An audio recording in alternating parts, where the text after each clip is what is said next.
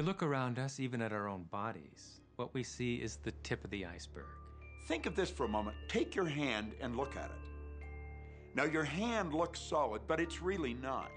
If you put it under a proper microscope, you'd see a mass of energy vibrating. Everything is made up of the exact same thing, whether it's your hand, whether it's the ocean, or whether it's a star. Everything is energy.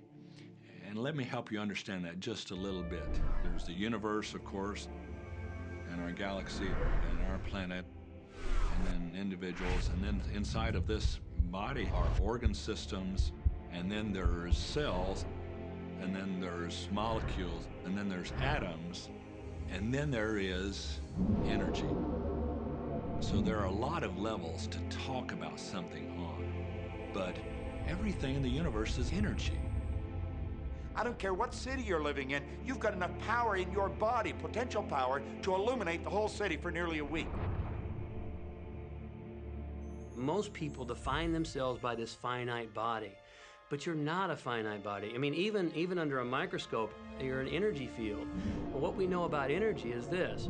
You go to a quantum physicist and you say, what creates the world? And he or she will say, energy. Well, describe energy. Okay, it can never be created or destroyed. It's always was, always has been.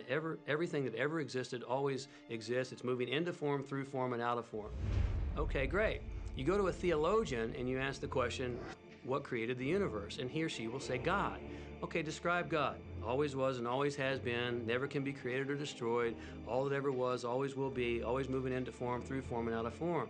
You see, it's the same description, just different terminology. And so if you think you're this meat suit running around, think again. You're a spiritual being. You're an energy field operating in a larger energy field. We're all connected. We just don't see it.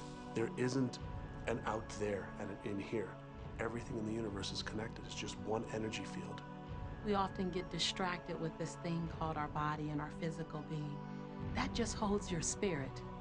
And your spirit is so big, it fills a room. You are eternal life. You're source energy. You are God manifested in human form, made to perfection. Scripturally, we could say that we are the image and the likeness of God. We could say we are another way that the universe is becoming conscious of itself. We could say that we are the infinite field of unfolding possibility. All of that would be true. Every great tradition has told you that you were created in the image and the likeness of the creative source. That means that you have God potential and power to create your world, and you are. You are. And maybe you've created things to this point that are wonderful and worthy of you, and maybe you haven't. The question I'd ask you to consider is, do the results you have in your life, are they what you really want? And are they worthy of you? If they're not worthy of you, then when would now be the right time to change those? Because you have the power to do that.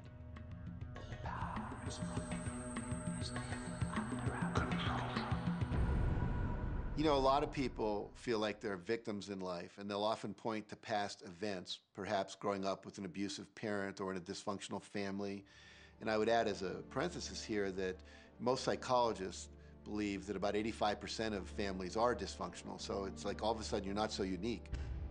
My parents were alcoholics, my dad abused me, my mother divorced him when I was 6. From the age of 13 to 18, I was involved in street gangs. I had a severe motorcycle accident. I was homeless at one point in Dallas. I lived in poverty for 15 years in Houston. When I was a child, I had learning difficulties, and I was considered learning disabled, and I was told I would never read, write, or communicate, never amount to anything, not go very far in life. I mean, that's almost everybody's story in some form or not. So that's just called so what. The real what is, what are you going to do now? What do you choose now? Because you can either keep focusing on that or you can focus on what you want. And when people start focusing on what they don't want falls away. And that part expands and the other part disappears. You are the designer of your destiny. You are the author. You write the story. The pen is in your hand, and the outcome is whatever you choose.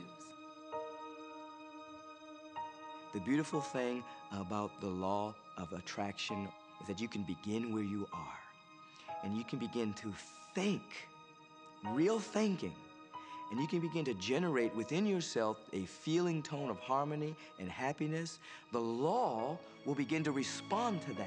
So now you start to have different beliefs, like there is more than enough in the universe. Or you have the belief that everything goes right for me. Or you have the belief that I'm not getting older, I'm getting younger. We can create it the way we want it by using the law of attraction.